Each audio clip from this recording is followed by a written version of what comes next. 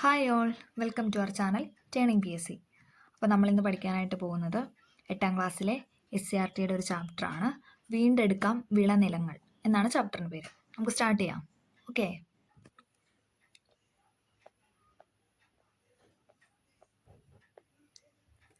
നല്ല നാളേക്ക് എല്ലാവർക്കും ആരോഗ്യകരമായ ജീവിതം നയിക്കുന്നതിന് വേണ്ട ഭക്ഷണം ആവശ്യാനുസരണം ലഭ്യമാകുന്ന സാഹചര്യമാണ് ഭക്ഷ്യസുരക്ഷ എന്ന് പറയുന്നത്.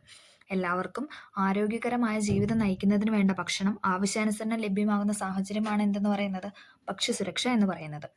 ദാരിദ്ര്യഭീതിയോ പോഷകക്കുറവുകളോ കൊണ്ടുള്ള ആരോഗ്യ പ്രശ്നങ്ങളോ ഇല്ലാത്തൊരു സമൂഹ സൃഷ്ടിക്ക് ഭക്ഷ്യസുരക്ഷ ഉറപ്പുവരുത്തേണ്ടത് അനിവാര്യമാണ്. ചെറിയൊരു കോട്ട് അവിടെ കൊടുത്തിരിക്കുന്നതാണ്. ഇവിടെ ഒരു ടേബിൾ തന്നിട്ടുണ്ട്, നമുക്ക് നോക്കാം. നെല്ലുൽപാദനം വർഷം കൊടുത്തിട്ടുണ്ട്. കൃഷിയിടത്തിന്റെ വിസ്തൃതി, ഉൽപാദനം, ജനസംഖ്യ, ഇത്രയാണ് ടേബിളിൽ കൊടുത്തിരിക്കുന്നത്. 1971 കൃഷിയിടത്തിന്റെ വിസ്തൃതി എന്ന് പറയുന്നത് 8.75 ആയിരുന്നു. പക്ഷെ അത് 2011 ആയപ്പോഴത്തേക്കും എന്തായി, 2.08% കുറയുകയാണ് ചെയ്തത്. അതേപോലെ തന്നെ ഉൽപാദനത്തിലും 13.65 ഉണ്ടായിരുന്നത് 5.69 എന്ന രീതിയിൽ കുറഞ്ഞു. ജനസംഖ്യ നോക്കുകയാണെങ്കിൽ ജനസംഖ്യ കൂടുകയാണ് ചെയ്തത്. 1971 മുതൽ 2011 വരെയുള്ള കാലയളവിന്റെ കൃഷിയിടത്തിന്റെ വിസ്തൃതിയിൽ ഉള്ള മാറ്റമാണ് നമ്മളിപ്പോൾ കണ്ടത്.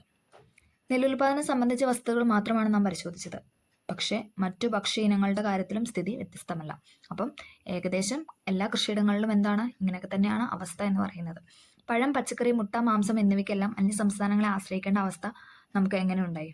കൃഷിയിടങ്ങൾ കുറഞ്ഞു വരുന്ന സാഹചര്യത്തിൽ ഭക്ഷ്യസുരക്ഷ ഉറപ്പുവരുത്തുക എന്നതൊരു വെല്ലുവിളി തന്നെയാണ്. മണ്ണിനെയും കൃഷിയെയും സ്നേഹിക്കുന്ന ഒരു സംസ്കാരം ഇവിടെ പുനഃസൃഷ്ടിക്കേണ്ടിയിരിക്കുന്നു. നഷ്ടപ്പെട്ടുകൊണ്ടിരിക്കുന്ന വിളനിലങ്ങളുടെ വീണ്ടെടുപ്പ് പ്രധാനം തന്നെയാണ്.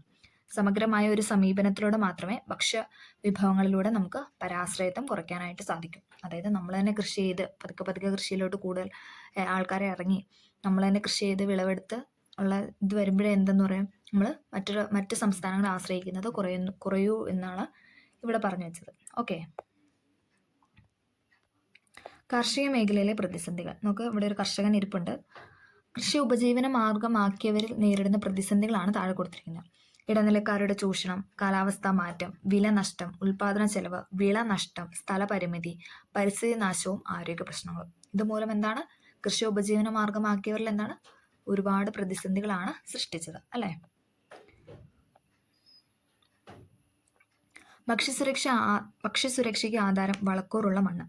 സസ്യങ്ങളുടെ ശരിയായ വളർച്ചയ്ക്ക് വിവിധങ്ങളായ 20ഓളം മൂലകങ്ങൾ ആവശ്യമാണ്. ഇവയെ അവശ്യ മൂലകങ്ങൾ അഥവാ എസെൻഷ്യൽ എലമെന്റ്സ് എന്നാണ് അറിയപ്പെടുന്നത്. Carbon, hydrogen, oxygen, nitrogen, phosphorus, potassium, sulphur എന്നിവ അവശ്യ മൂലകങ്ങൾക്ക് ഉദാഹരണങ്ങളാണ്. Carbon, hydrogen, oxygen, nitrogen, phosphorus, potassium, sulphur എന്നിവ അവശ്യ മൂലകങ്ങൾക്ക് ഉദാഹരണമാണ്. ഈ മൂലകങ്ങൾ മണ്ണിൽ സ്വാഭാവികമായി ലഭ്യമാകുന്ന സൂക്ഷ്മജീവികൾ നടത്തുന്ന ജീർണന പ്രവർത്തനം വഴിയാണ്. ഈ മൂലകങ്ങൾ മണ്ണിൽ സ്വാഭാവികമായി ലഭ്യമാകുന്നത് സൂക്ഷ്മജീവികൾ നടത്തുന്ന ജീർണന പ്രവർത്തനം വഴിയാണ്. കൃഷിയിടങ്ങളിൽ പയർവർഗ്ഗ സസ്യങ്ങൾ വളർത്തുന്നത് കൊണ്ടുള്ള പ്രയോജനം നമുക്കറിയാം അല്ലേ. ഇതുകൂടാതെ കൃത്യമായ വളപ്രയോഗവും വഴിയും മണ്ണിന്റെ ഫലപുഷ്ടി വർദ്ധിപ്പിക്കാവുന്നതാണ്. മണ്ണിന്റെ pH മൂല്യവും സസ്യവളർച്ചയെ സ്വാധീനിക്കുന്ന ഒരു പ്രധാന ഘടകം തന്നെയാണ്. മണ്ണിലടങ്ങിയ മൂലകങ്ങളുടെ അളവും pH മൂല്യവും മണ്ണ് പരിശോധനയിലൂടെ തിരിച്ചറിയാനായിട്ട് കഴിയും. മണ്ണിലടങ്ങിയ മൂലകങ്ങളുടെ pHന്റെ മൂല്യവും മണ്ണ് പരിശോധനയിലൂടെ നമുക്ക് അറിയാനായിട്ട് കഴിയും. ബാക്ടീരിയ, കുമിളുകൾ, ആൽഗകൾ, ചിതൽ, മണ്ണിര തുടങ്ങിയ ജീവിവർഗങ്ങൾ മണ്ണിന്റെ ഫലപുഷ്ടി വർദ്ധിപ്പിക്കാനായിട്ട് സഹായിക്കുന്നു. ഓക്കെ. വളം തരുന്ന ജീവാണുക്കൾ. മണ്ണിന് ഫലപുഷ്ടി വർദ്ധിപ്പിക്കാൻ സഹായിക്കുന്ന സൂക്ഷ്മജീവികൾ അടങ്ങിയ പദാർത്ഥങ്ങളാണ് ജീവാണുവളങ്ങൾ എന്ന് പറയുന്നത്. ജീവാണുക്കളുടെ സാന്നിധ്യം മണ്ണിലെ സസ്യവളർച്ചയ്ക്ക് ആവശ്യമായ ഘടകങ്ങളുടെ അളവ് കൂട്ടാനായിട്ട് സഹായിക്കുന്നു. ജീവാണുക്കളുടെ സാന്നിധ്യം മണ്ണിലെ സസ്യവളർച്ചയ്ക്ക് ആവശ്യമായ ഘടകങ്ങളുടെ അളവ് കൂട്ടാനായിട്ട് സഹായിക്കുന്നു. മണ്ണിൽ നൈട്രജന്റെ അളവ് കൂടുന്നതിനായി, അപ്പോൾ നമ്മൾ നേരത്തെ പറഞ്ഞായിരുന്നു അല്ലേ, മണ്ണിൽ നൈട്രജന്റെ അളവ് കൂട്ടുന്നതിനായി എന്താണ്, റൈസോബിയം, അസറ്റോബാക്ടർ, അസോസ്പൈറില്ലം തുടങ്ങിയ ബാക്ടീരിയകളെയും അസോള എന്ന ജലസസ്യത്തെയും ആണ് ഉപയോഗിക്കുന്നത്. ഓക്കെ. ശ്രദ്ധിക്കേണ്ട കാര്യങ്ങൾ: മണ്ണിൽ ജൈവവള ലഭ്യത ഉറപ്പുവരുത്തണം. മതിയായ ജലസേചനം ഉണ്ടാകണം. രാസവളവും രാസകീടനാശിനികളും ഉപയോഗിക്കരുത്. ഓക്കെ. കീടങ്ങളെ നിയന്ത്രിക്കൽ. കർഷകർ അഭിമുഖീകരിക്കുന്ന മറ്റൊരു പ്രധാന പ്രശ്നമാണ് കീടങ്ങളുടെ ആക്രമണം എന്ന് പറയുന്നത്.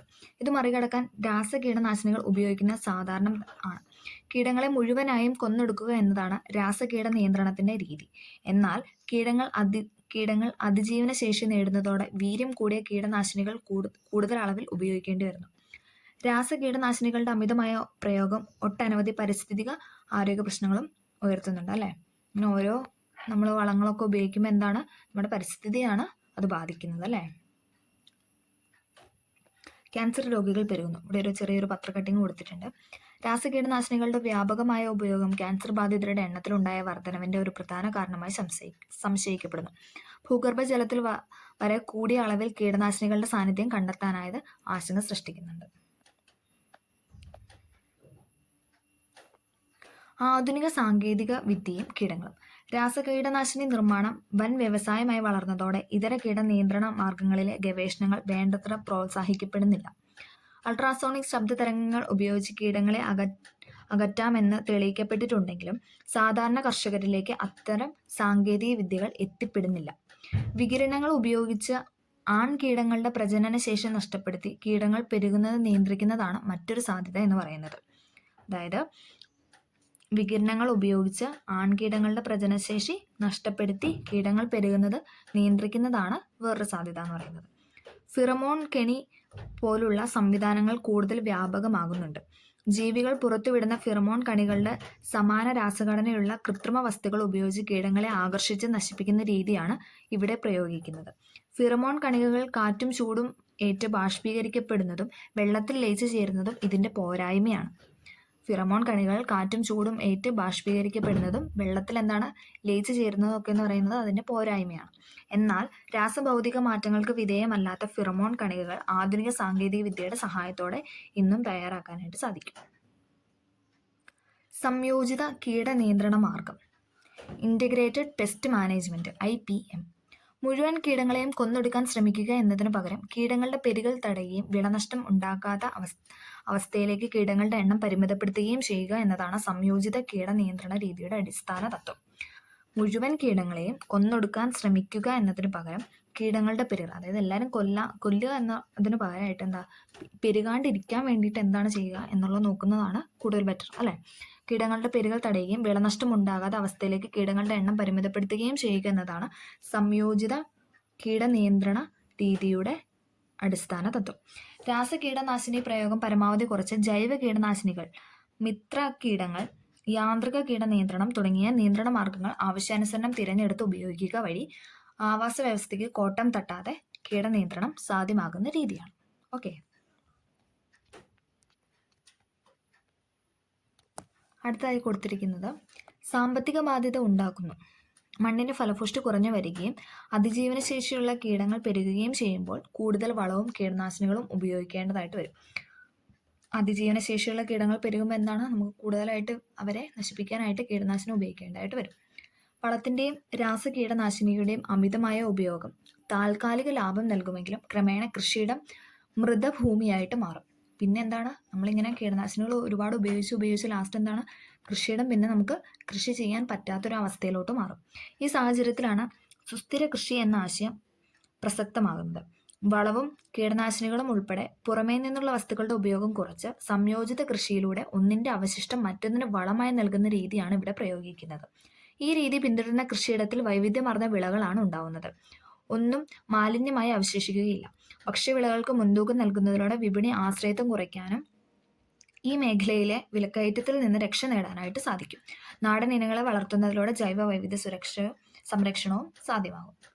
മാലിന്യ സംസ്കരണം, സുസ്ഥിര കൃഷി. ഇന്ന് നാം അഭിമുഖീകരിക്കുന്ന പ്രശ്നങ്ങളിൽ ഒന്നാണ് ജൈവ മാലിന്യ സംസ്കരണം. സുസ്ഥിര കൃഷിരീതികൾ ഇതിനൊരു പരിഹാരമാകുമോ? ചുവടെ നൽകിയ സൂചനകളുടെ അടിസ്ഥാനത്തിൽ ചർച്ച ചെയ്യും. ഇവിടെ നോക്കിക്കേ, കമ്പോസ്റ്റ് നിർമ്മാണം, ബയോഗ്യാസ് ഉൽപ്പാദനം, കാലിത്തീറ്റ നിർമ്മാണം, കോഴിത്തീറ്റ നിർമ്മാണം, മത്സ്യത്തീറ്റ നിർമ്മാണം, ഇതൊക്കെയാണ് എന്തെന്ന് പറയുന്നത് സുസ്ഥിര കൃഷി രീതി എന്ന് പറയുന്നത്. അടുത്ത ഇവിടെ ഒരു ബോക്സ് കൊടുത്തിട്ടുണ്ട്. വർദ്ധിച്ചു വരുന്ന ജനസംഖ്യയ്ക്ക് അനുസൃതമായ കാർഷിക ഉൽപ്പാദനം വർദ്ധിപ്പിക്കാനുള്ള ശ്രമങ്ങളുടെ ഭാഗമായിട്ടാണ് അത്യുൽപാദന ശേഷിയുള്ള വിത്തനങ്ങൾ വൻതോതിൽ പ്രചരിപ്പിക്കപ്പെട്ടത്. ഇതോടൊപ്പം വളങ്ങളുടെയും കീടനാശിനികളും ഉപയോഗവും എന്ത് തന്നെ വ്യാപകമായി. അത്യുൽപാദന ശേഷിയുള്ള വിത്തനങ്ങൾ വൻതോതിൽ വന്നപ്പോൾ എന്താണ്, അതേപോലെ തന്നെ വളങ്ങളും കീടനാശിനികളും നമ്മൾ ഉപയോഗിക്കാനായിട്ട് തുടങ്ങി. വിത്തും വളവും എല്ലാം പുറമേ നിന്ന് കൃഷിയിടത്തിലേക്ക് വരുന്നതാകിയാൽ ഈ രീതിയെ ഹൈ എക്സ്റ്റേണൽ ഇൻപുട്ട് അഗ്രികൾച്ചർ എന്ന് വിളിക്കാം. എന്നാൽ ആരോഗ്യത്തെയും പരിസ്ഥിതിയെയും പ്രതികൂലമായി ബാധിക്കുന്നതിനെയും വർദ്ധിച്ച ചെലവിന്റെയും പേരിൽ ഈ കൃഷിരീതി വിമർശിക്കപ്പെട്ടു. പുറമേ നിന്നുള്ള വസ്തുക്കളുടെ ഉപയോഗം പരമാവധി കുറച്ചുകൊണ്ടുള്ള കൃഷിയെ സുസ്ഥിരമാക്കൂ എന്ന കാഴ്ചപ്പാടിൽ ഊന്നിയുള്ള low external input sustainable agriculture എന്ന രീതിക്ക് വ്യാപകമായ അംഗീകാരം ലഭിച്ചു. അടിയന്തര ഘട്ടത്തിൽ മാത്രം വളങ്ങളും കീടനാശിനിയും നിയന്ത്രിതമായ അളവിൽ ഉപയോഗിക്കപ്പെടുന്ന ഈ രീതിയുടെ അടുത്ത ഘട്ടമായി ലക്ഷ്യമാക്കുന്നത് ഒന്നിന്റെ അവശിഷ്ടം മറ്റൊന്നിന് വളമാകുന്ന സ്വയം പര്യാപ്തമായ പുറമേ നിന്ന് ഒന്നും പ്രയോഗിക്കേണ്ടതില്ലാത്ത no external input sustainable agriculture എന്ന സാധ്യതയാണ്. അതായത് നമ്മൾ ഇതിലോട്ടാണ് ഇപ്പൊ നമ്മൾ വന്നുകൊണ്ടിരിക്കുന്നത്. ഓക്കെ,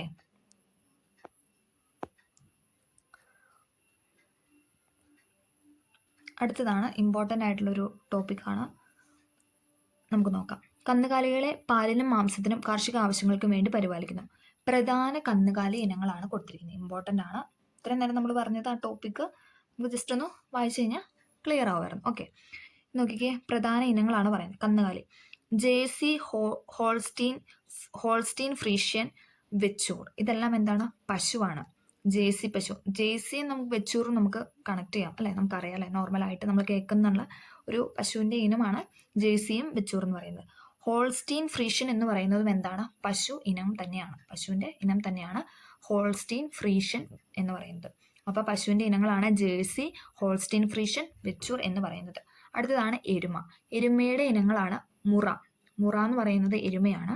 മുറ, നീലിരവി, ഭദാവരി. മുറ, നീലിരവി, ഭദാവരി. ഭദാവരി എന്ന് പറയുന്നത് എന്താണ്? ഒരു എരുമയുടെ ഇനം തന്നെയാണ്. അടുത്താണ് ആട്. ആടിലെ ജംനാപ്യാരി നമുക്കറിയാം അല്ലേ, തലശ്ശേരി, ജംനാപ്യാരി, ബോയർ. ഇതെല്ലാം എന്ന് പറയുന്നത് എന്താണ്? ആടാണ്. ആടിന്റെ ഇനങ്ങളാണ് തലശ്ശേരി, ജംനാപ്യാരി, ബോയർ എന്ന് പറയുന്നത്. അപ്പോൾ ഒന്നും കൂടെ പറയാം. പശുവിന്റെ ഇനങ്ങളാണ് ജേഴ്സി, ഹോൾസ്റ്റീൻ ഫ്രീഷ്യൻ, വെച്ചൂര എന്ന് പറയുന്നത്. എരുമയുടെ ഇനമാണ് മുറ, നീലിരവി, ഭദാവരി എന്ന് പറയുന്നത്. ആടിൻ്റെയാണ് തലശ്ശേരി, ജംനാപ്യാരി, ബോയർ. എല്ലാവരും ഇത് പഠിക്കണം കേട്ടോ, ഒന്നും കൂടെ ഒന്ന് കേട്ടാൽ മതി. അടുത്തത് പക്ഷിപരിപാലനം. മുട്ടയ്ക്കും മാംസത്തിനും വേണ്ടി പക്ഷികളെ വളർത്തുന്നു. മുട്ടയ്ക്കും മാംസത്തിനും വേണ്ടിയിട്ടാണ് നമ്മൾ എന്തിനാ പക്ഷികളെ വളർത്തുന്നത് അല്ലേ. അടുത്തത് നമുക്ക് കോഴിയുടെ ഇനങ്ങൾ നോക്കാം. കോഴിയുടെ ഇനങ്ങളാണ് അതുല്യ, ഗ്രാമലക്ഷ്മി, വൈറ്റ് ലെഗോൺ. അതുല്യ, ഗ്രാമലക്ഷ്മി, വൈറ്റ് ലെഗോൺ എന്ന് പറയുന്നത് എന്താണ്?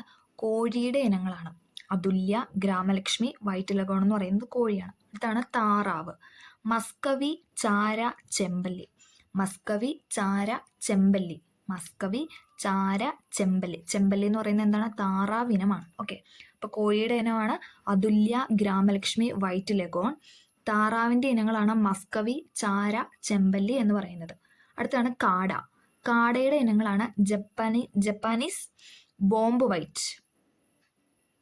ജപ്പാനീസ് ബോബ് വൈറ്റ് എന്ന് പറയുന്നത് എന്താണ്? കാടയുടെ ഇനങ്ങളാണ്. ഒന്നും കൂടെ പറയാം. കോഴിയുടെ ഇനങ്ങളാണ് അതുല്യ, ഗ്രാമലക്ഷ്മി, വൈറ്റ് ലെഗോൺ. താറാവിന്റെ ഇനമാണ് മസ്കവി, ചാര, ചെമ്പല്ലി. കാടയുടെ ഇനങ്ങളാണ് ജപ്പാനീസ് ബോബ് വൈറ്റ് എന്ന് പറയുന്നത് എന്താണ്? കാടയുടെ ഇനമാണ്. ഓക്കെ, ഇപ്പൊ പശുവിന്റെ ഇനം എന്തൊക്കെയായിരുന്നു? ജേഴ്സി, ഹോൾസ്റ്റീൻ ഫ്രീഷ്യർ, വെച്ചൂർ എന്ന് പറയുന്ന പശുവിന്റെ ഇനമാണ്. എരുമയായിരുന്നു മുറ, നീലിരവി, ഭദാവരി എന്ന് പറയുന്നത്. ആട് തലശ്ശേരി, ജംനാപ്യാരി, ബോയർ. കോഴിയായിരുന്നു അതുല്യ, ഗ്രാമലക്ഷ്മി, വൈറ്റ് ലെഗോൺ. താറാവ് മസ്കവി, ചാര, ചെമ്പല്ലി. കാടയുടെ ഇനങ്ങളാണ് ജപ്പാനീസ് ബോബ് വൈറ്റ് എന്ന് പറയുന്നത്. അടുത്ത സെറികൾച്ചർ. സ്വാഭാവിക പട്ടിന്റെ നിർമ്മാണത്തിനായി പട്ടുനൂൽ പുഴുക്കളെ വളർത്തുന്നതിനെ സെറികൾച്ചർ എന്ന് പറയുന്നു. അപ്പൊ നമുക്കറിയാം എന്താ പട്ടുനൂൽ എന്ന് പറയുമ്പോൾ തന്നെ നമ്മുടെ മനസ്സിലോട്ട് എന്താ വരുന്നത്? സാരിയാണല്ലോ വരുന്നത്. പട്ടുസാരി എന്നല്ല നമ്മൾ കോമൺ ആയിട്ട് എപ്പോഴും യൂസ് ചെയ്യുന്നൊരു വേർഡാണ് പട്ടുസാരി. അപ്പം സാരി വെച്ചിട്ട് നമുക്ക് സെറി കണക്ട് ചെയ്യാം. സാരി വെച്ചിട്ട് സെറി കണക്ട് ചെയ്യാം. അപ്പം സെറി എന്ന് പറഞ്ഞാൽ എന്താ? പട്ടാണ്. ഓക്കെ, സ്വാഭാവിക പട്ടിന്റെ നിർമ്മാണത്തിനായി പട്ടുനൂൽ പുഴുക്കളെ വളർത്തുന്നതിനെയാണ് സെറികൾച്ചർ എന്ന് പറയുന്നത്. അപ്പം സാരിയിൽ നിന്ന് നമ്മൾ സെറി കണക്ട് ചെയ്ത് പട്ടുസാരി എന്നുള്ളതിൻ്റെ സാരി വെച്ചിട്ട് നമ്മൾ എന്താണ്? സെറികൾച്ചർ കണക്ട് ചെയ്യുന്നു. അപ്പോൾ സെറികൾച്ചർ എന്ന് പറയുന്നത് പട്ടുനൂൽ കൃഷിയാണ്. ഓക്കെ, പട്ടുനൂൽ ശലഭ ലാർവയുടെ പ്രത്യേക ഗ്രന്ഥികളിൽ നിന്നാണ് പട്ടുനൂൽ ഉണ്ടാകുന്നത്. മൾബറി പട്ടുനൂൽ പുഴു, ടസർ പട്ടുനൂൽ പുഴു, മുഗ പട്ടുനൂൽ പുഴു എന്നിവയാണ് മുഖ്യ ഇനങ്ങൾ. നമുക്കറിയാലോ ടസർ സിൽക്ക്, പിന്നെന്താ മുഗ സിൽക്ക്, ഇതൊക്കെ നമ്മൾ നോർമലി കേട്ടിട്ടുള്ള ആണല്ലേ. അപ്പം സാരി വെച്ചിട്ട് കണക്ട് ചെയ്യുക, സെറികൾച്ചർ. അടുത്താണ് പിസികൾച്ചർ. പ്രകൃതിദത്ത ജലാശയങ്ങളിലും വയലുകളിലും കൃത്രിമ ടാങ്കുകളിലും ശാസ്ത്രീയമായ രീതിയിൽ മത്സ്യം വളർത്തുന്നതിനാണ് പിസികൾച്ചർ എന്ന് പറയുന്നത്. അപ്പോൾ പിസി നമ്മൾ എന്താ പറയുക? ഒരു പീസ് മീൻ അല്ലേ, ഒരു പീസ് മീൻ. ഞാൻ കണക്ട് ചെയ്യാൻ വേണ്ടിയിട്ട് പറയുന്ന ഒരു കോഡ് മാത്രമേ ഉള്ളൂ കേട്ടോ, അത് ഞാൻ ഉണ്ടാക്കിയതൊന്നുമല്ല, ഞാൻ ഇങ്ങനെ കേട്ട് പഠിച്ച് വെച്ചിട്ട് എൻ്റെ മനസ്സിലുള്ളൊരു കോഡ് ഇങ്ങനെ പറയുന്നതാണ്. ഓക്കെ, നമ്മളെന്താ പറയുക, ഒരു പീസ് മീൻ, ഇറച്ചി എന്നൊക്കെ പറയാൻ നമ്മൾ പീസായിട്ടല്ല എപ്പോഴും കണക്ട് ചെയ്യുക. അപ്പം പിസി എന്ന് പറയുമ്പോൾ മീനിനെ ഓർക്കുക, അഥവാ മത്സ്യത്തിനെ ഓർക്കുക. അപ്പം പിസിക്കൾച്ചർ എന്ന് പറയുന്നത് മീൻ വളർത്തലിനെയാണ്. പ്രകൃതിദത്ത ജലാശയങ്ങളിലും വയലുകളിലും കൃത്രിമ ടാങ്കുകളിലും ശാസ്ത്രീയമായ രീതിയിൽ മത്സ്യം വളർത്തുന്നതിനെയാണ് പിസിക്കൾച്ചർ എന്ന് പറയുന്നത്. ഭക്ഷ്യ ആവശ്യത്തിനായി കരിമീന്, രോഹു, കട്ട്ല എന്നിവയെയും അലങ്കാര മത്സ്യങ്ങളായ ഗോൾഡ് ഫിഷ്, ഗപ്പി മുതലായവയും വളർത്തുന്നു. ഭക്ഷ്യാവശ്യത്തിനായി കരിമീന്, രോഹു, കട്ട്ല എന്നിവയെയും അലങ്കാര മത്സ്യങ്ങളാണ് നമുക്കറിയാം. ഗോൾഡ് ഫിഷ്, ഗപ്പി എന്നൊക്കെ പറയുന്ന അലങ്കാര മത്സ്യമാണല്ലോ അല്ലേ. ഇത്തരത്തിൽ വളർത്താവുന്ന മുഖ്യ ചെമ്മീൻ ഇനങ്ങളാണ് നാരൻ, കാര എന്നിവ. നാരൻ, കാര എന്നിവ എന്ന ചെമ്മീൻ ഇനങ്ങളാണ്. നാരൻ, കാര എന്നിവ ചെമ്മീൻ ഇനങ്ങളാണ്. ഓക്കെ. അടുത്തതാണ് ഫ്ലോറികൾച്ചർ. ഫ്ലോറിന്ന് നമുക്ക് കണക്ട് ചെയ്യാം, ഫ്ലവർ അല്ലെ, പൂക്കൾ. വ്യവസായിക അടിസ്ഥാനത്തിൽ പൂക്കൾ വളർത്തുന്ന കൃഷിരീതിയാണ് ഫ്ലോറികൾച്ചർ എന്ന് പറയുന്നത്. മുല്ല, ചെണ്ടുമല്ലി, ജമന്തി, റോസ്, ഓർക്കിഡ്, ആന്തൂറിയം എന്നിവ വിപണന സാധ്യതയുള്ള പൂക്കളാണ്. അപ്പോൾ നമുക്ക് ആ പേരിൽ തന്നെ കണക്ട് ചെയ്യാം, ഫ്ലവർ. ഫ്ലോറികൾച്ചർ എന്ന് പറഞ്ഞാൽ ഫ്ലവർ. അടുത്താണ് എപ്പികൾച്ചർ. ശാസ്ത്രീയമായി തേനീച്ച വളർത്തൽ. എനിക്ക് തോന്നുന്നു തേനീച്ച വളർത്തലും എപ്പികൾച്ചർ എല്ലാവർക്കും അറിയാൻ തോന്നുന്നു. അതങ്ങനെ പ്രത്യേക കോഡൊന്നുമില്ല. ഓക്കെ. ശാസ്ത്രീയമായ രീതിയിൽ തേനീച്ച വളർത്തുന്നതിനാണ് എപ്പികൾച്ചർ എന്ന് പറയുന്നത്. ഔഷധഗുണവും പോഷകമൂല്യവുമുള്ള ഒരു ഉൽപ്പന്നമാണ് തേൻ അല്ലേ. ഒരുപാട് ഔഷധ ഗുണവും പോഷകമൊക്കെ ഉള്ളൊരു ഉൽപ്പന്നമാണ് എന്തെന്ന് പറയുന്നത്, തേൻ എന്ന് പറയുന്നത്. കോലൻ, മില്ലിഫറ, ഞൊടിയൻ ഇനങ്ങളിൽപ്പെട്ട തേനീച്ചകളെയാണ് സാധാരണയായി വളർത്തുന്നത്. കോലൻ, മെല്ലിഫറ, ഞൊടിയൻ എന്ന ഇനങ്ങളിൽപ്പെട്ട തേനീച്ചകളെയാണ് കൂടുതൽ വളർത്തുന്നത്. അപ്പം തേനീച്ച വളർത്തുന്നതിനാണ് എപ്പികൾച്ചർ എന്ന് പറയുന്നത്. പൂക്കൾ കൃഷി ചെയ്യുന്നതിന് എന്താണ് ഫ്ലോറികൾച്ചർ എന്ന് പറയുന്നത്. ഓക്കെ. അടുത്തതാണ് ക്യൂണിക്കൾച്ചർ. ശാസ്ത്രീയമായ മുയലുകളെ വളർത്തുന്നതിനാണ് എന്തെന്ന് പറഞ്ഞാൽ ക്യൂണിക്കൾച്ചർ എന്ന് പറയുന്നത്. അപ്പോൾ നമുക്ക് ജസ്റ്റ് ഒന്ന് ഓർക്കാനായിട്ട്, ഇപ്പോൾ ഈ പിക്ചറിനകത്ത് കുറേ മുയലുകളെ കൊടുത്തിട്ടുണ്ട്. അപ്പോൾ എന്താ, ഇപ്പോൾ മുയലുകളെയൊക്കെ കാണുമ്പോൾ നമുക്ക് നല്ല ക്യൂട്ടായിട്ടല്ലേ തോന്നുന്നത്. അപ്പം ക്യൂട്ടായിട്ട് തോന്നുന്നുകൊണ്ട് നമുക്ക് ആ ക്യൂ എടുക്കുക, ക്യൂണിക്കൾച്ചറായിട്ട് കണക്ട് ചെയ്യുക. അപ്പോൾ ക്യൂട്ട് മുയൽ നടത്താൽ മതി. ശാസ്ത്രീയമായ മുയലുകളെ വളർത്തുന്നതിനാണ് എന്തെന്ന് പറയുന്നത് ക്യൂണിക്കൾച്ചർ. മാംസത്തിനും അലങ്കാരത്തിനുമായി ഗ്രേ ജെയിന്റ്, വൈറ്റ് ജെയിന്റ് എന്നീ ഇനങ്ങളെയാണ് വളർത്തുന്നത്. അതായത് മാംസത്തിനായിട്ട് നമ്മൾ അലങ്കാരത്തിനായിട്ട് എന്ത് ഇനങ്ങളും മുയലാണ് വളർത്തുന്നത്? Grey giant, white giant. Important ആണ്. ഗ്രേ ജെയിന്റ്, വൈറ്റ് ജെയിന്റ് മുയലുകളെയാണ് വളർത്തുന്നത്. ഓക്കെ. അടുത്തതാണ് മഷ്റൂം കൾച്ചർ. ആ പേരിൽ തന്നെ കിട്ടും, മഷ്റൂം, കൂണ് അല്ലേ. ശാസ്ത്രീയമായ കൂണ് വളർത്തലാണ് മഷ്റൂം കൾച്ചർ എന്ന് പറയുന്നത്. പോഷകമൂല്യമുള്ളതും സ്വാദിഷ്ടവുമായ ഒരു ഭക്ഷ്യവിഭവമാണ് കൂണ് അല്ലേ. എല്ലാവർക്കും തന്നെ ഇഷ്ടമുള്ളൊരു കാര്യമാണ് കൂൺ എന്ന് പറയുന്നത് അല്ലേ. പോഷകമൂല്യമുള്ളതും സ്വാദിഷ്ടവുമായ ഒരു ഭക്ഷണമാണ്, ഭക്ഷ്യവിഭവമാണ് കൂണ്. പാൽക്കൂണ്, ചിപ്പിക്കൂണ് എന്നിവയാണ് സാധാരണ കൃഷി ചെയ്യുന്നത്. നമുക്ക് കേട്ടിട്ടുള്ള പേരൊക്കെ തന്നെയല്ല അല്ലേ. പാൽക്കൂണ്, ചിപ്പിക്കൂണ് എന്നൊക്കെയാണ് എന്തെന്ന് പറയുന്നത് സാധാരണ കൃഷി ചെയ്യുന്ന കൂണെന്ന് പറയുന്നത്. ഓക്കെ. അടുത്തതാണ് ഹോർട്ടിക്കൾച്ചർ. പഴങ്ങളും പച്ചക്കറിയും എന്നിവ ശാസ്ത്രീയമായി കൃഷി ചെയ്യുന്ന രീതിയാണ് എന്തെന്ന് പറയുന്നത് ഹോർട്ടിക്കൾച്ചർ. പഴം, പച്ചക്കറി. നാടൻ പഴങ്ങൾ കൂടാതെ ലിച്ചി, റംബൂട്ടാൻ, ഡ്യൂറിയാൻ തുടങ്ങിയ അന്യദേശ പഴങ്ങളും നമ്മുടെ നാട്ടിൽ കൃഷി ചെയ്യുന്നുണ്ട് അല്ലേ. പഴം, പച്ചക്കറി എന്നിവ ശാസ്ത്രീയമായി കൃഷി ചെയ്യുന്ന രീതിയാണ് ഹോർട്ടിക്കൾച്ചർ എന്ന് പറയുന്നത്. നാടൻ പഴം കൂടാതെ ലിച്ചി, റംബൂട്ടാൻ, ഡ്യൂറിയാൻ തുടങ്ങിയ അന്യദേശ പഴങ്ങളും എന്താണ് നമ്മുടെ നാട്ടിൽ കൃഷി ചെയ്യുന്നുണ്ട്. ഓക്കെ. ഭാരതീയ ചികിത്സാരീതിയായ ആയുർവേദം പൂർണ്ണമായും ഔഷധ സസ്യങ്ങളെയാണ് ആശ്രയിക്കുന്നത്.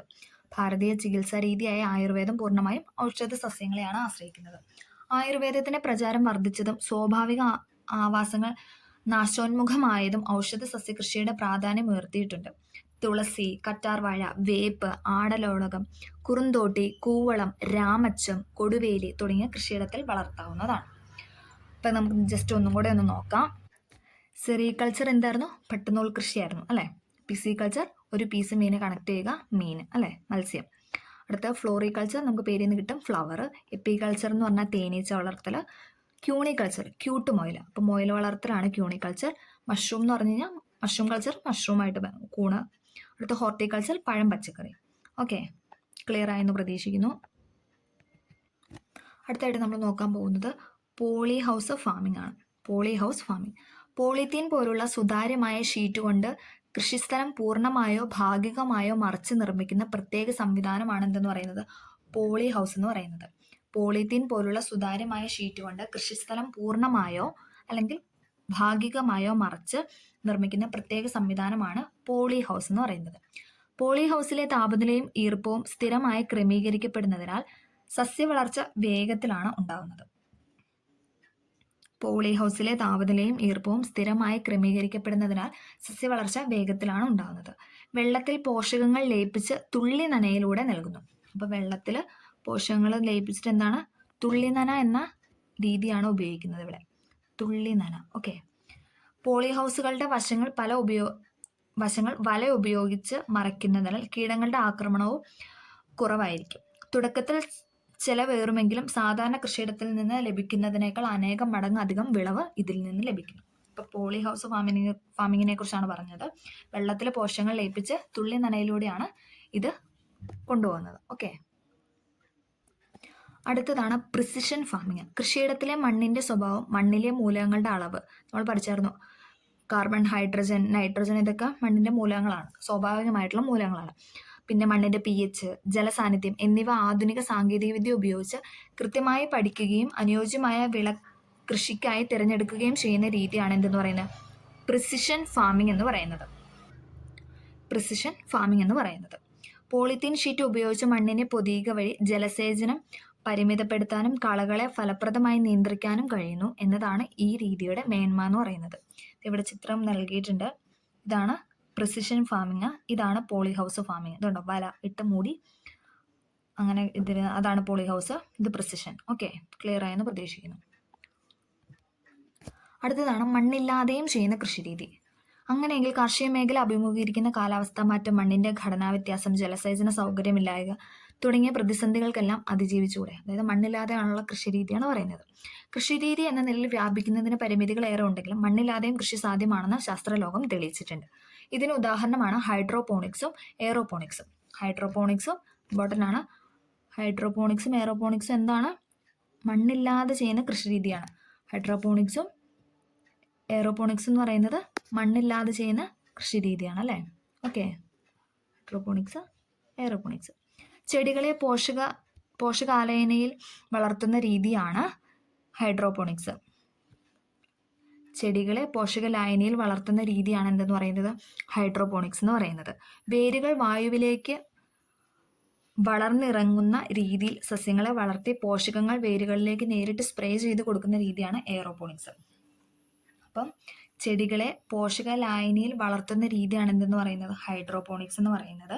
വേരുകൾ വായുവിലേക്ക് വളർത്തുന്ന രീതിയാണ് എന്തെന്ന് പറയുന്നത്, എയറോപോണിക്സ് എന്ന് പറയുന്നത്. അപ്പം വായു വെച്ചിട്ട് നമുക്ക് കണക്ട് ചെയ്യാം, വായുവിലേക്ക് എടുക്കുന്ന രീതി അല്ലേ. അപ്പം എയർ വെച്ചിട്ട് നമുക്ക് കണക്ട് ചെയ്ത് എയറോപോണിക്സ് കിട്ടും. ചെടികളെ പോഷകലായനിയിൽ വളർത്തുന്ന രീതിയാണ് ഹൈഡ്രോ, അതൊരു ലൈനില്ല, ഹൈഡ്രോ, അങ്ങനെ അത് കണക്ട് ചെയ്യുക. ഓക്കെ.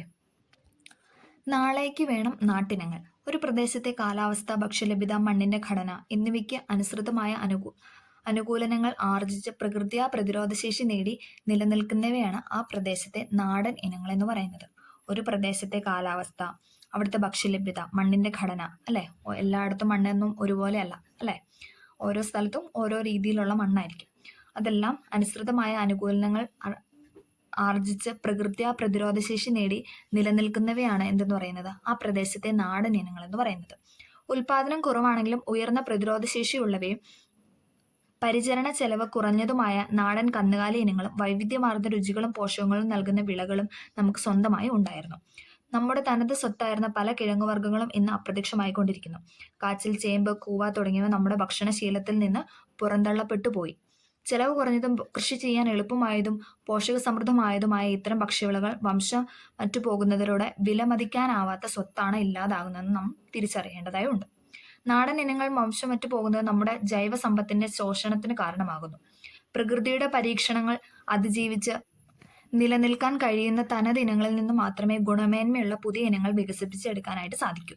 ഈ സമ്പത്ത് ഒരിക്കൽ നഷ്ടപ്പെടുത്തിയാൽ തിരിച്ചെടുക്കാനാവില്ല എന്ന കേവല യാഥാർത്ഥ്യം നാം മറന്നുകൂടാ, അഥവാ വിസ്മരിച്ചുകൂടാ അല്ലേ. നമുക്കറിയാം ഇന്ന് നാടനായിട്ടുള്ള ഒന്നും നമുക്ക് കിട്ടാനായിട്ടില്ല, എല്ലാം ഇങ്ങനെ കൊണ്ടുവന്ന് അല്ലേ. നമ്മുടെ നാടൻ ഐറ്റംസ് ഒന്നും ഇന്ന് നമുക്ക് വിപണിയിൽ കിട്ടാനായിട്ടില്ല, അല്ലെങ്കിൽ നമ്മൾ സ്വന്തമായിട്ട് കൃഷി ചെയ്ത് ഉണ്ടാവണം. പണ്ടുണ്ടായിരുന്ന കാച്ചില, ചേമ്പ് സാധനങ്ങളൊന്നും ഇപ്പം നമുക്ക് കാണാനായിട്ടില്ല അല്ലേ. അതിനെപ്പറ്റിയാണ് ഇവിടെ പറഞ്ഞത്. ഇനി നമുക്ക് കുറച്ച് വിളയും അതിൻ്റെ ഇനങ്ങളൊക്കെ നോക്കാം. മാവ് മൂവാണ്ടനുണ്ട്, കിളിച്ചുണ്ടുണ്ട്, എല്ലാവർക്കും അറിയാലോ അല്ലേ. കിളിച്ചുണ്ട്, മാങ്ങ, മൂവാണ്ടൻ എല്ലാവരും കഴിച്ചിട്ടുള്ളതായിരിക്കും അല്ലേ. മാവ്, മൂവാണ്ടൻ, കിളിച്ചുണ്ട്. അടുത്ത വാഴ, ഞാലിപ്പൂവൻ, പാളയംകോടൻ. പാളയംകോടൻ എന്ന് പറയുന്നത് ഞാലിപ്പൂവൻ എന്ന് പറയുന്നതും വാഴ ഇനമാണ്. അതും എല്ലാവർക്കും അറിയാം അല്ലേ. അടുത്താണ് പശു. നമ്മൾ പറഞ്ഞു പശു വെച്ചൂര്, കാസർഗോഡ് കുള്ളൻ, ഇതും വേറൊരു ഇനമാണ്. കാസർഗോഡ് കുള്ളൻ എന്ന് പറയുന്നതും വേറൊരു ഇനമാണ്. ആട് മലബാറി, അട്ടപ്പാടി ബ്ലാക്ക്. അട്ടപ്പാടി ബ്ലാക്ക്, മലബാറി എന്നൊക്കെ പറയുന്നത് ആടിന്റെ ഇനങ്ങളാണ്. പശു, വെച്ചൂര്, കാസർഗോഡ് കുള്ളൻ ഇമ്പോർട്ടൻ്റ് ആണ്. പശു എന്ന് പറയുന്നത് വെച്ചൂര്, കാസർഗോഡ് കുള്ളൻ, ആട് മലബാറി, അട്ടപ്പാടി ബ്ലോക്ക്. ഓക്കെ, അപ്പം നമ്മൾ ഈ ചാപ്റ്ററിലെ പ്രധാനപ്പെട്ട ടോപ്പിക്കെല്ലാം പറഞ്ഞിട്ടുണ്ട്. അതിൽ ഇനങ്ങളും വിളയുമാണ് ഏറ്റവും പ്രധാനപ്പെട്ടത്. എല്ലാവരും അത് ഒന്നും കൂടെ ഒന്ന് കേട്ട് പഠിക്കണം, എഴുതി വെച്ച് തന്നെ പഠിക്കണം, റിവൈസ് ചെയ്യണം. ഓക്കെ, ഏതൊക്കെയായിരുന്നു ഒന്നും കൂടെ നമുക്കൊന്ന് നോക്കാം. പശുവിൻ്റെ ഇനങ്ങളായിട്ട് നമ്മൾ പറഞ്ഞത് ജേഴ്സി, ഹോൾസ്റ്റീൻ, ഫ്രീഷ്യൻ, വെച്ചൂര്, ഇതെല്ലാം പശുവിൻ്റെ ഇനമായിരുന്നു. അടുത്തത് എരുമയുടെ ഇനമായിരുന്നു മുറ, നീലരുവി, ഭദാവരി എന്ന് പറയുന്നത്. ആടിൻ്റെ ഇനമായിരുന്നു തലശ്ശേരി, ജംനാപ്യാരി, ബോയർ. തലശ്ശേരി, ജംനാപ്യാരി, ബോയർ എന്നൊക്കെ പറയുന്നത് ആടിൻ്റെ ഇനമാണ്. പിന്നെ കോഴി ഇനങ്ങളാണ് നമ്മൾ പറഞ്ഞത്. അതുല്യ, ഗ്രാമലക്ഷ്മി, വൈറ്റ് ലെഗോൺ, അതും എന്താണ് കോഴിയുടെ ഇനങ്ങളാണ്. ഓക്കെ, താറാവിൻ്റെ ഇനങ്ങളായിരുന്നു മസ്കവി, ചാര, ചെമ്പല്ലി. മസ്കവി, ചാര, ചെമ്പല്ലി എന്നൊക്കെ പറയുന്നത് എന്തായിരുന്നു താറാവിൻ്റെ ഇനങ്ങളാണ് അല്ലേ. അടുത്ത കാടയുടെ ഇനങ്ങളായിരുന്നു Japanese, bobwhite. Japanese, bobwhite എന്ന് പറയുന്നത് കാടയുടെ ഇനങ്ങളാണ്. സെറികൾച്ചർ എന്തായിരുന്നു? സെറി എന്ന് ഓർക്കുമ്പോൾ നമ്മൾ സാരി കണക്ട് ചെയ്യണം, പട്ട് സാരി. അപ്പോൾ പട്ടുനൂല് കണക്ട് ചെയ്യാനായിട്ട് വരും. പട്ടുനൂൽ കൃഷിയുടെ പറ്റി പറയുന്നതാണ് സെറികൾച്ചർ. അടുത്തത് പിസികൾച്ചർ. പിസികൾച്ചർ എന്തായിരുന്നു? മത്സ്യ വളർത്തലാണെന്നു. ഫ്ലോറികൾച്ചർ ഫ്ലവറിൻ്റെ ഇതായിരുന്നു, പൂക്കൾ വളർത്തുന്ന കൃഷി രീതിയാണ് ഫ്ലോറികൾച്ചർ. എപ്പികൾച്ചർ എന്തായിരുന്നു? തേനീച്ച വളർത്തൽ അല്ലേ, ശാസ്ത്രീയമായ തേനീച്ച വളർത്തൽ. തേനീച്ചയുടെ പല ഇനങ്ങളായിരുന്നു കോലൻ, മെല്ലിഫറ, ഞൊടിയൻ എന്നൊക്കെ പറയുന്നത്. കോലൻ, മെല്ലിഫറ, ഞൊടിയൻ എന്നൊക്കെ പറയുന്നത് എന്താണ്? തേനീച്ചയുടെ ഇനങ്ങളാണ്. കോലൻ, മെല്ലിഫറ, ഞൊടിയൻ എന്ന് പറയുന്നത് തേനീച്ചയുടെ ഇനമാണ്. ഓക്കെ, ക്യൂണി എന്തായിരുന്നു? ക്യൂട്ട്. അപ്പോൾ നമുക്ക് ക്യൂട്ട് മുയൽ നോക്കാം. മുയലുകളെ വളർത്തുന്നതാണ് ക്യൂണികൾച്ചർ എന്ന് പറയുന്നത് അല്ലേ. ഗ്രേ ജയന്റ്, വൈറ്റ് ജയന്റ് എന്നൊക്കെ പറയുന്നതായിരുന്നു മുയലിൻ്റെ ഇനങ്ങൾ. മഷ്റൂം കൾച്ചർ, കൂണ് കൃഷി. ഹോർട്ടിക്കൾച്ചർ, പഴം പച്ചക്കറി കൃഷി. ഇതൊക്കെയായിരുന്നു പ്രത്യേകമായിട്ട് നമ്മൾ പറഞ്ഞത് അല്ലേ. പിന്നെ ഹൈഡ്രോപോണിക്സ്, എയറോപോണിക്സ് ആണ് പറയുന്നത്. ചെടികളെ പോഷക ലായനിയിൽ വളർത്തുന്ന രീതിയായിരുന്നു എന്തെന്ന് പറയുന്നത്? ഹൈഡ്രോപോണിക്സ് എന്ന് പറയുന്നത്. എയറോപോണിക്സ് എന്തായിരുന്നു? വേരുകൾ വായുവിലേക്ക് വളർന്നിറങ്ങുന്ന രീതി. സസ്യങ്ങളെ വളർത്തി പോഷകങ്ങൾ വേരുകളിലേക്ക് നേരിട്ട് സ്പ്രേ ചെയ്ത് കൊടുക്കുന്ന രീതിയായിരുന്നു എന്തെന്ന് പറയുന്നത്? എയറോപോണിക്സ് എന്ന് പറയുന്നത്. ഓക്കെ, മാവിൻ്റെ ഇനങ്ങൾ നമ്മൾ ലാസ്റ്റായിട്ട് പറഞ്ഞ മാവിൻ്റെ ഇനങ്ങളായിരുന്നു മൂവാണ്ടൻ, കിളിച്ചുണ്ടൻ, വാഴ, ഞാലിപ്പൂവൻ, പാളയംകോടൻ.